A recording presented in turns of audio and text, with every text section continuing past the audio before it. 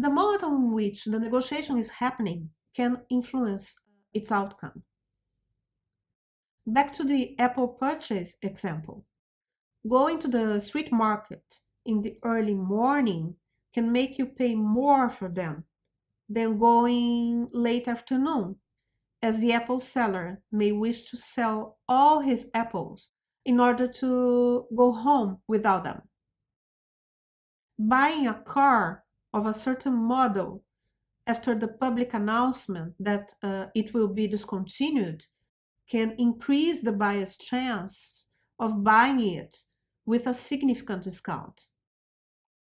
Buying summer clothing in the wintertime will be probably cheaper than buying the same clothes in the springtime.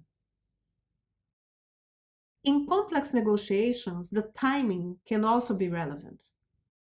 For example, if a negotiation has a defined and non-extendable duration to occur, closer to its deadline, the negotiators will probably be more willing to compromise some interests and to accept less advantageous options than at the beginning of the negotiations.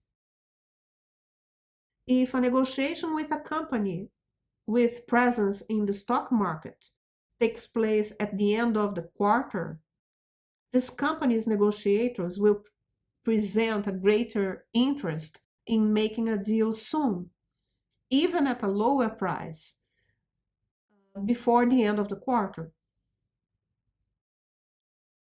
Recognizing the adequate timing to initiate negotiations increase the odds of a well-succeeded negotiation.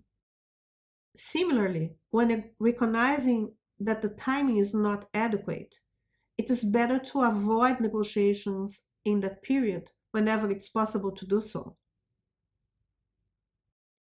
Quite often, the negotiators are more concerned about other negotiation elements than concerned with timing. But this is a mistake. Timing may be chosen and controlled somewhat, while other elements, such as interests and power, are more inflexible. In long negotiations, different periods with different external pressures may occur. Recognizing them and changing the negotiation dynamics accordingly can help in developing or improving the relationship between negotiators and make the negotiation more successful. Another example of how timing can influence complex negotiations is the climate negotiations. In Kyoto Protocol, negotiated in the 90s, several countries were not participating in the task of reducing greenhouse gases emissions as they were in the developing countries. 20 years later, with first, more evidence that support the climate change concept. Second, greater relative importance of the development countries in global economy, also in politics as well in the global emissions.